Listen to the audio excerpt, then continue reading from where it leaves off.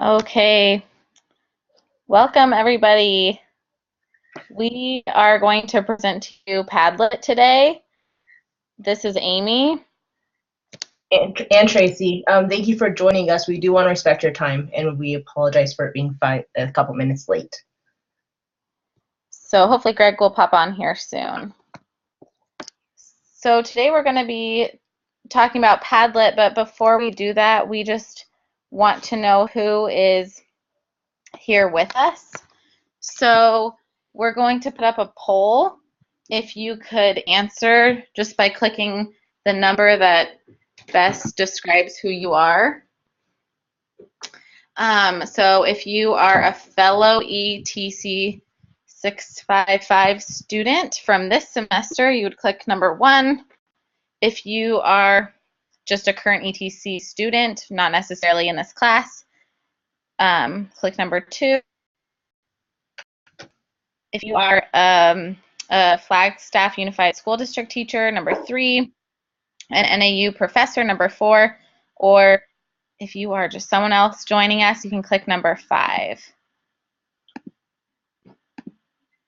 So I'm hoping you all see the poll that's popped up. Is everyone seeing that?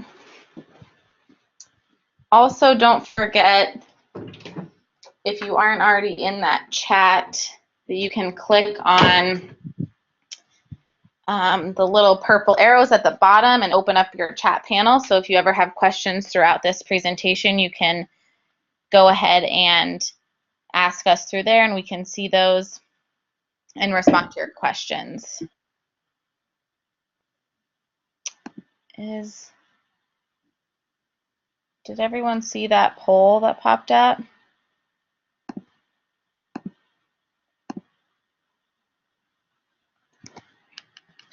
Okay.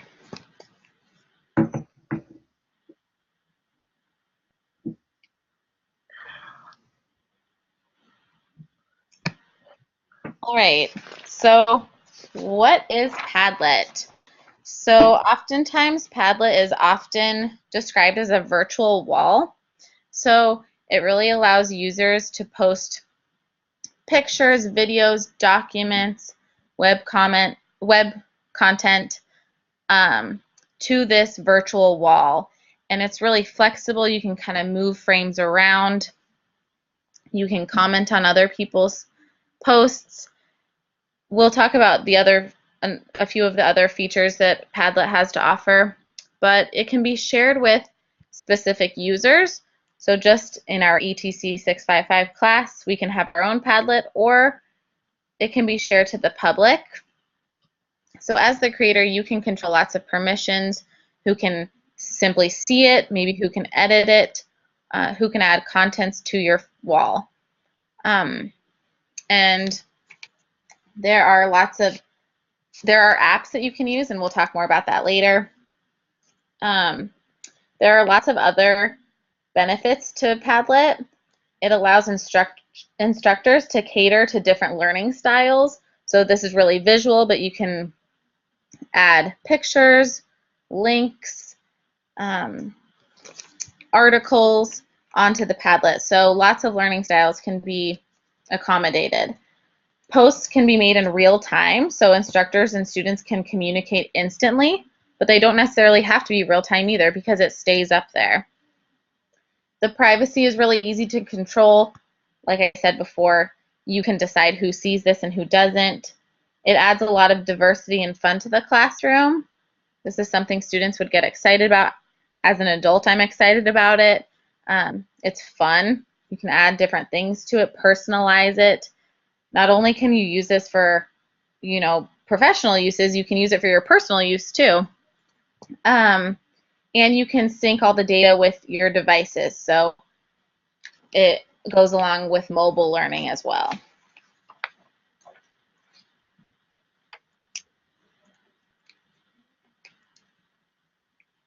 So Padlet can be used for anybody. Anybody can use it, which is amazing and really nice because you don't have to create that login that I always forget, along with the password that I always forget with it. which is also convenient to use with students. I can create a Padlet, share the link with my students, and then it's good. They don't have to make a login, remember what that login is, and spend 5 minutes on it. With that being said, I also teach 5th grade, and 10-year-olds and logins and passwords don't always last very long, and I get really good at resetting them. So with that, it becomes a great ease of use and sharing.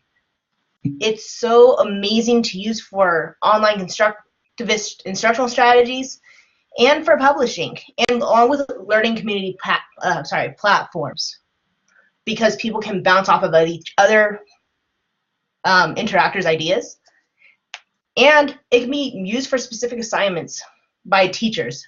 I've also seen it used in businesses where people just want to toss around ideas in a more creative way than an email going back and forth.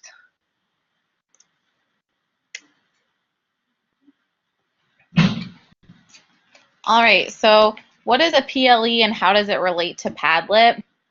A PLE is a personal learning environment, and that is a content aggregator such as NetVibes or Symbaloo, and that allows the users to select web content sources from a variety of different sites to be displayed and updated on a single wall. So it's kind of like that favorites page that you have.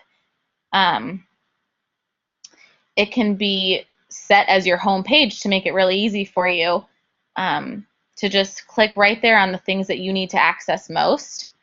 And most PLE platforms support Padlet as one of those sources, so you can monitor your Padlet within your PLE platform.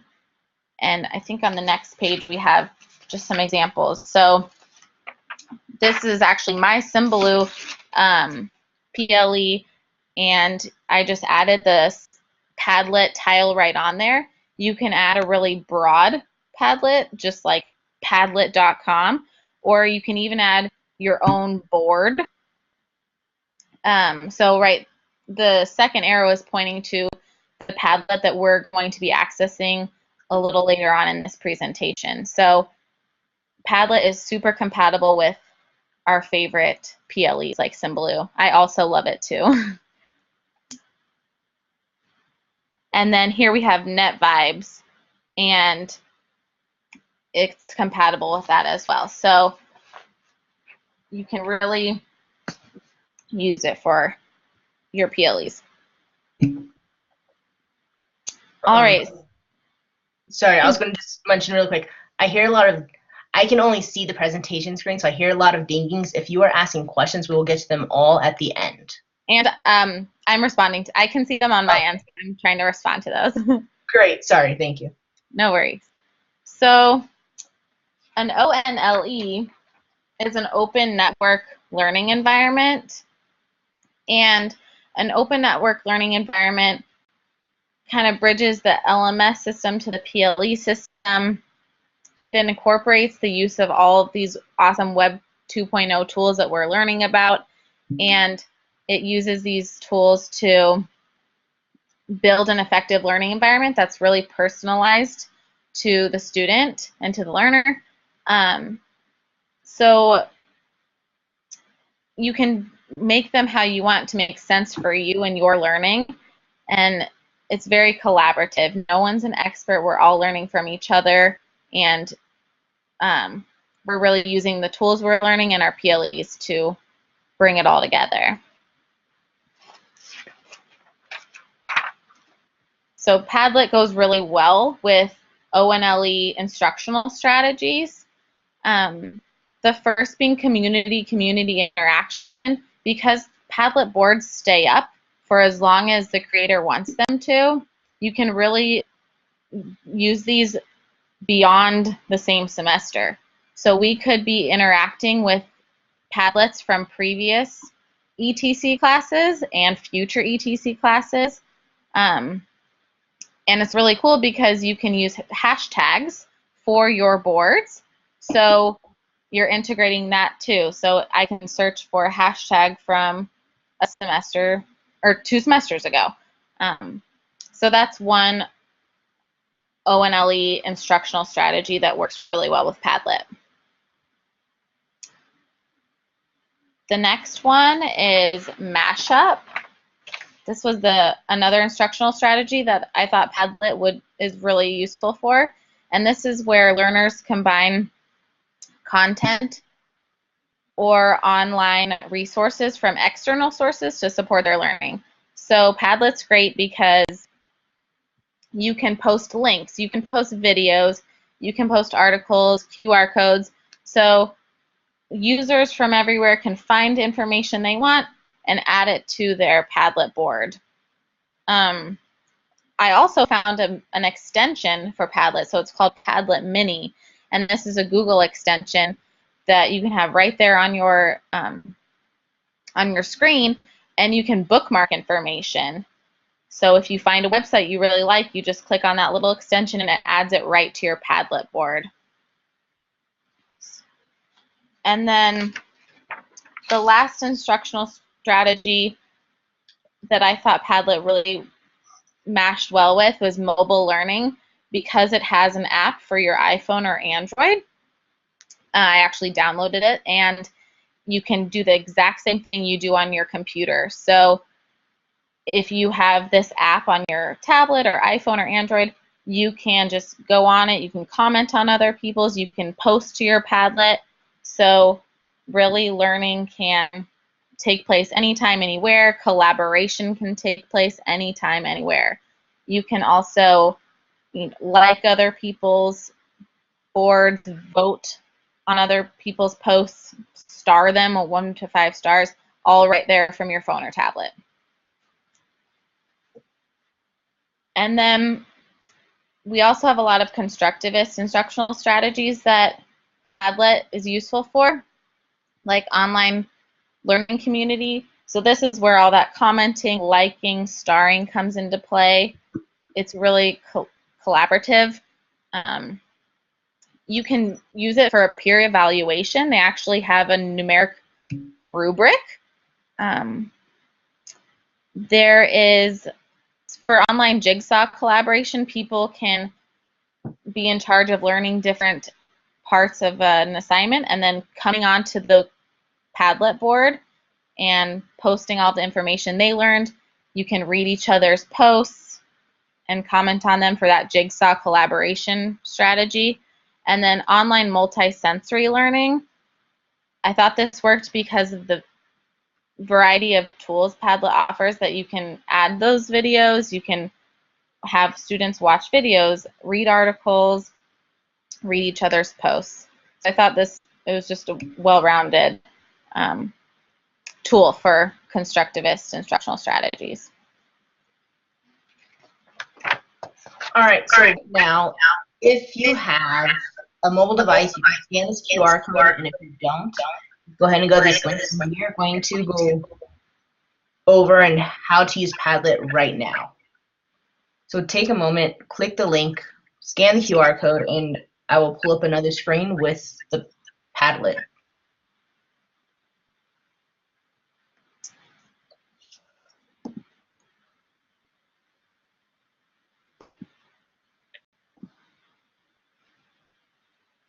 Once you get there, everyone should have access to add posts onto the Padlet board. Sure. I'm going to copy the URL link right now.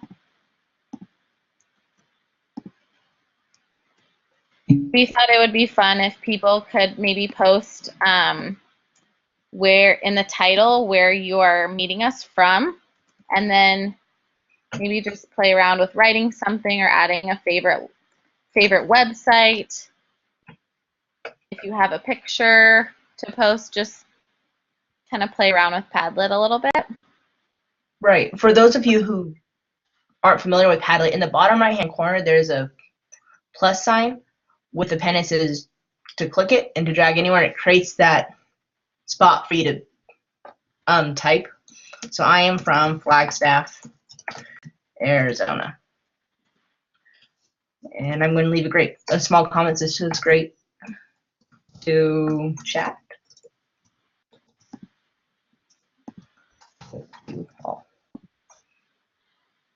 Then as soon as I click out of it, it posts. And as you can see, as it pops up, it automatically adjusts to how many people are posting it, and it moves accordingly.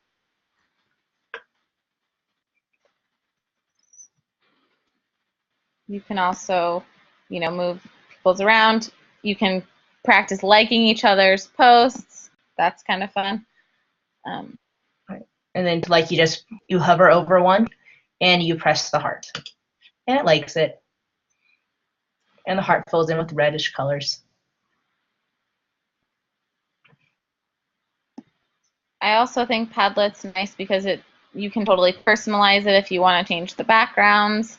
I'm not sure if everyone can see the little gear up in the top right corner, but you can modify. I'm just going to change the background really quick.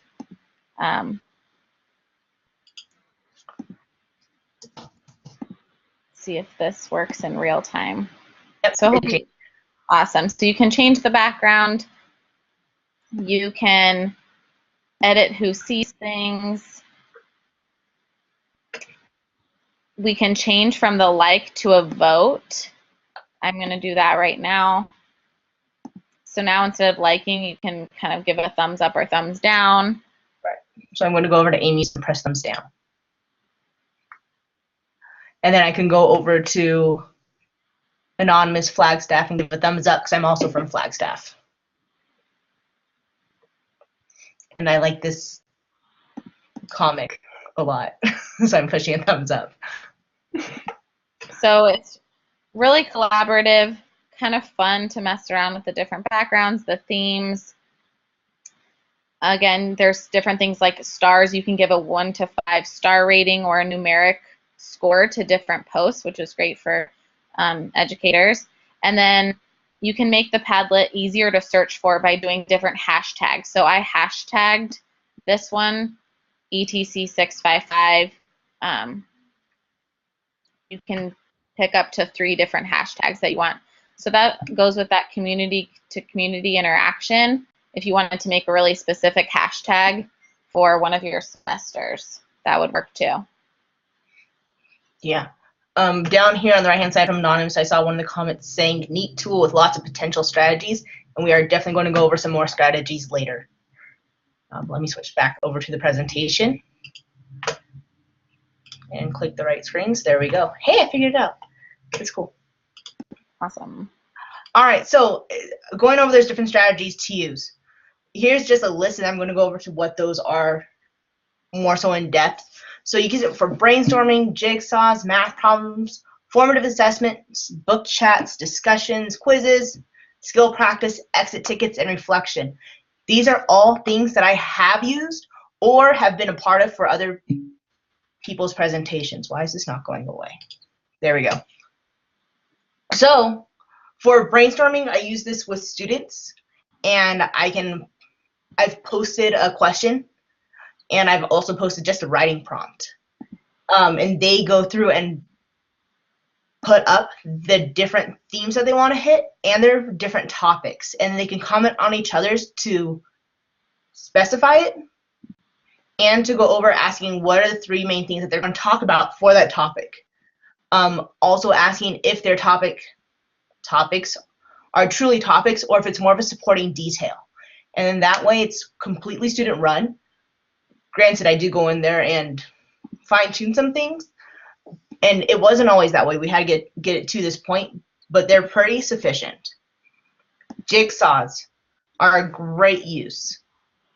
For those of you who don't know what a jigsaw is, you assign or students choose different topics to research and then come together to tell each other what it is to complete the whole picture. For example, a couple months ago, we were learning about the different spheres of the Earth.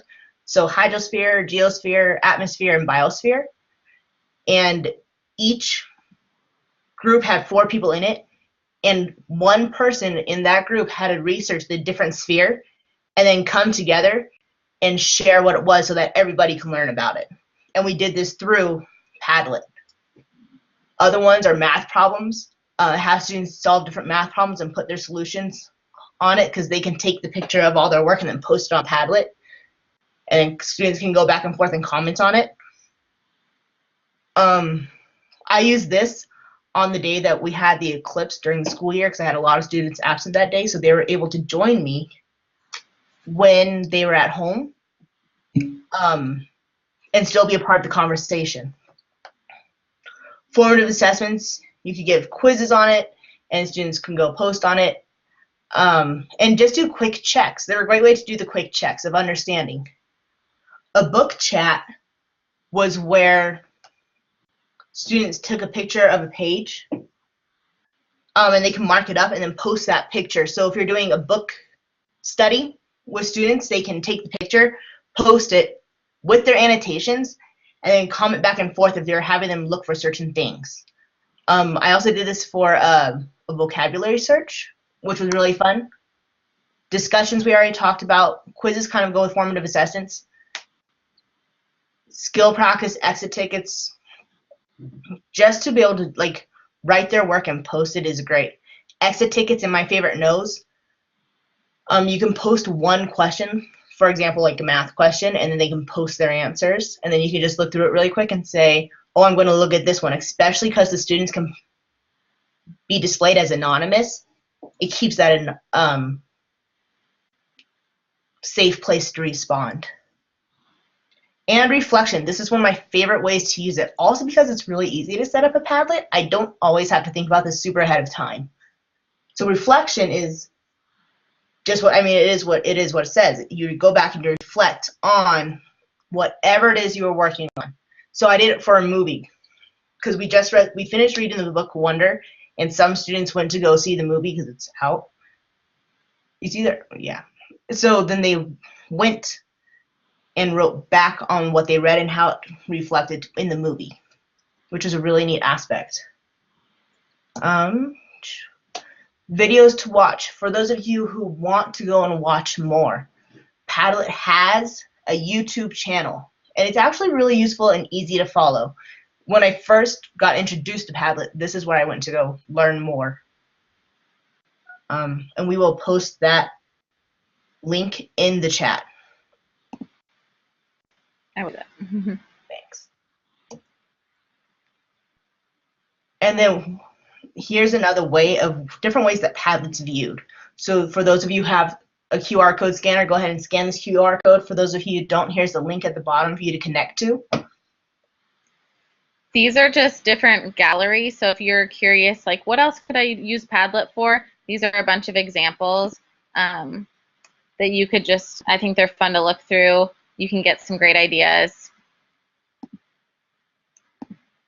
I'm just getting that post really quickly. I'm going to give it just another second, and then I'm going to click the link so that we can all see it.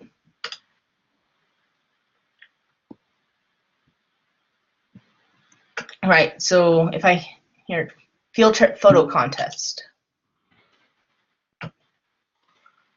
Right here is somebody else's Padlet that they used as a field trip photo contest. And as you can see, they used a different format of it so that within each column, they can scroll separately.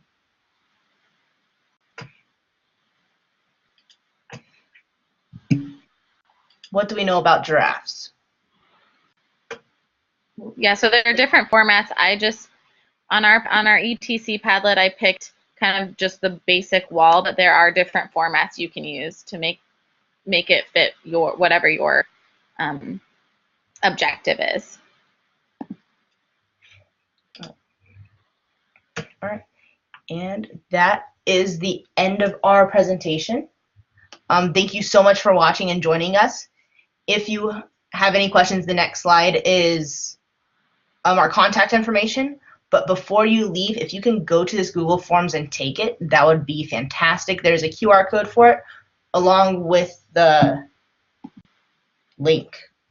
Yeah, I'm trying to find the link to post on in the chat.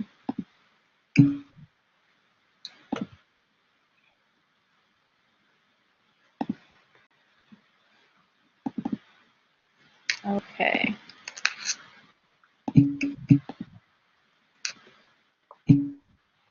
I think that link should work. I just tried it. The link is awesome. If you have any questions, we would be happy to answer them now, or if you think of some later, in about 10 seconds, I will switch to the next slide with our contact information. And that's that. Thank you so much. Yeah, thank you so much for taking the time to watch our presentation about Padlet. Hopefully it was useful to you guys.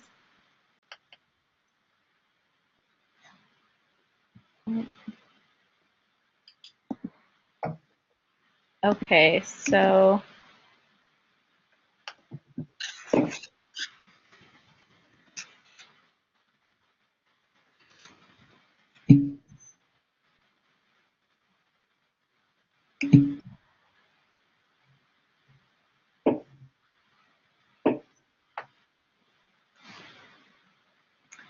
sorry, someone said that they can't fill it out because they're not using an NAU account, so I'm just trying to, I got it. oh, okay. Give me a little bit of time. I almost got it.